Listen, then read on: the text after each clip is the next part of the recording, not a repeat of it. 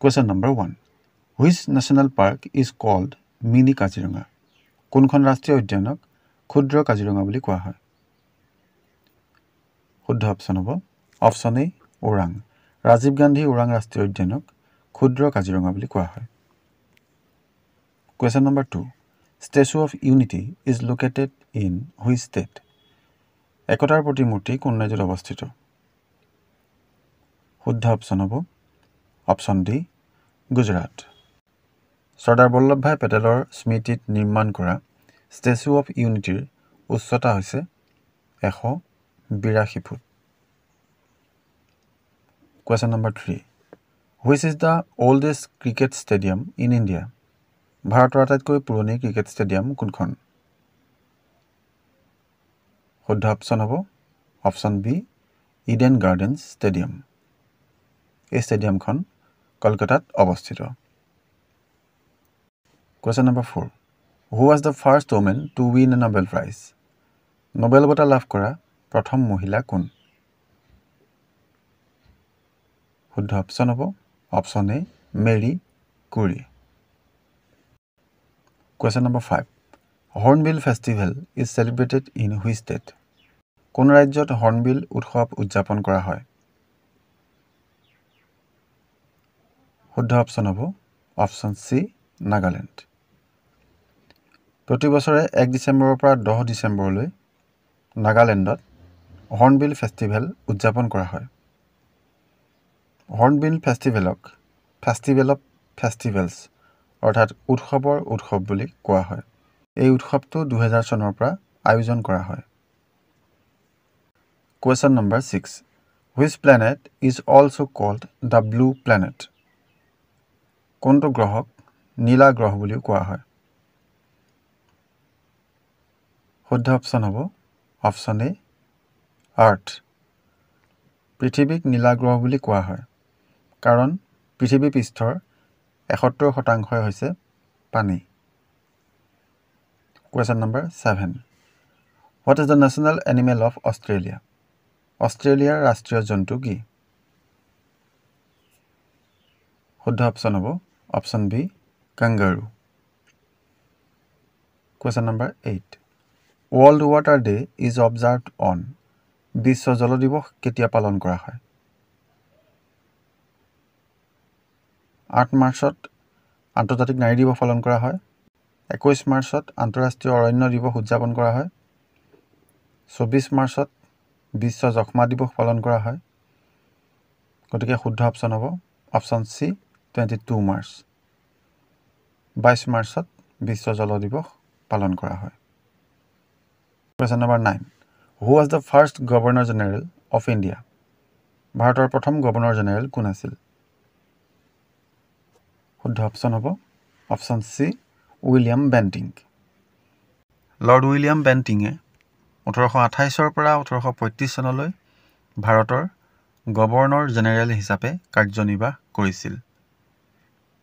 William বেণ্টিঙে সতীদাহ প্ৰথা বিলুপ্ত কৰিছিল। Question number 10. Which country is the largest producer of coffee in the world? কোনখন দেশ বিশ্বৰ সৰ্ববৃহৎ কফি উৎপাদক? শুদ্ধ অপচন হ'ব option D Brazil. Question number 11. What is the time taken by the sunlight to reach earth? সূৰ্যৰ পোহৰ পৃথিৱী পাবলৈ কিমান সময় লাগে? শুদ্ধ অপচন হ'ব অপচন C 8 minutes 20 seconds. Question number 12.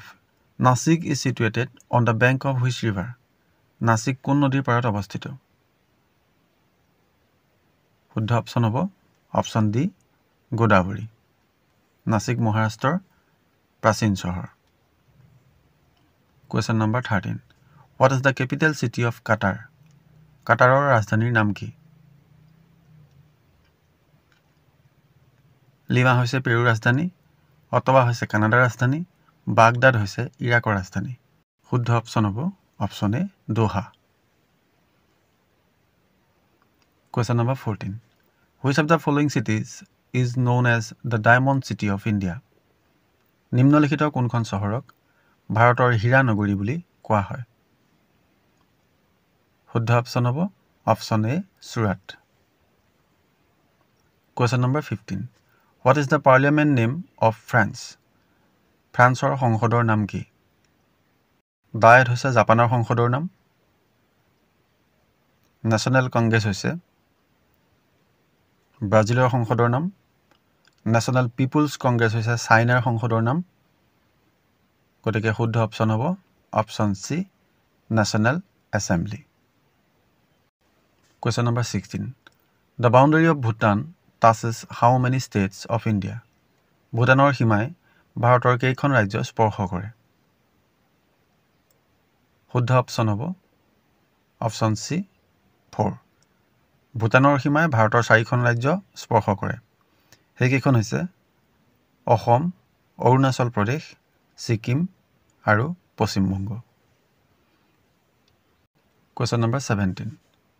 Which is the largest public sector bank of India? ভাৰতৰ সৰ্ববৃহৎ ৰাজহুৱা খণ্ডৰ বেংক কোনটো? শুদ্ধ অপশ্যন হ'ব option D state bank of India. State bank of India প্ৰতিষ্ঠা হৈছিল 1955 চনৰ 1 জুলাইত আৰু SBI পূৰ্বৰ নাম আছিল Imperial Bank of India. Question number 18. What is Brahmaputra river called in Arunachal Pradesh? Brahmaputra নদীক অৰুণাচল প্ৰদেশত কি বুলি কোৱা হয়? শুদ্ধ অপশ্যন হ'ব option C Dihang. Question number 19. Who is known as the Shakespeare of India? কাক ভাৰতৰ শ্বেক্সপিয়াৰ বুলি জনা যায়? শুদ্ধ অপশ্যন হ'ব অপশ্যন চি কালিদাস। কালিদাসক ভাৰতৰ শ্বেক্সপিয়াৰ বুলি জনা যায়। Question number 20. Who was the first sports person to win the Bharat Ratna Award? Bharat Ratna বঁটা লাভ কৰা প্ৰথম খেলুৱৈ কোন আছিল? শুদ্ধ অপশ্যন হ'ব option C Sachin Tendulkar. Question number 21. Who is known as the father of Green Revolution in India? কাক ভাৰতৰ সেউজ বিপ্লৱৰ পিতৃ বুলি জনা যায়? শুদ্ধ অপশ্যন হ'ব অপশ্যন বি AM.S. স্বামীনাথন। কৃষি বৈজ্ঞানিক AM.S. স্বামীনাথনক 2024 বৰ্ষত ভাৰত ৰত্ন বঁটাৰে সন্মানিত কৰা হয়। Question number 22. In which year the first census was conducted in India? কোন চনত ভাৰতত প্ৰথম লোকপিয়ল অনুষ্ঠিত হৈছিল? শুদ্ধ অপশ্যন হ'ব option A 1872। Question number 23. How many medals have been won by India in Tokyo Olympics 2020? Tokyo' Olympic 2020ত ভাৰতে কিমানটা পদক অৰ্জন কৰিছে? শুদ্ধ অপশ্যন হ'ব অপশ্যন ডি 7। 2020ৰ টকিঅ' অলিম্পিকত ভাৰতে 7টা পদক অৰ্জন কৰিছে। তাৰ ভিতৰত এটা হ'ল স্বৰ্ণ পদক, 2টা ৰূপ আৰু 4টা ব্ৰঞ্জৰ পদক। Question number 24. Where is the headquarter of Niti Aayog located? নীতি আয়োগৰ মুখ্য কাৰ্যালয় ক'ত? শুদ্ধ অপশ্যন হ'ব অপশ্যন এ নিউ দিল্লী।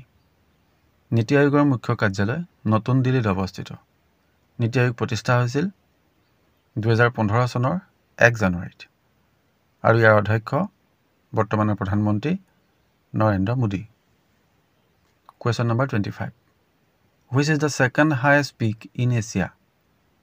কোনটো এছিয়া মহাদেশৰ দ্বিতীয় উচ্চতম শৃংগ? শুদ্ধ অপশ্যন হ'ব অপশ্যন বি মাউণ্ট কেটু। মাউণ্ট কেটুৰ উচ্চতা হৈছে 8611 মিটাৰ।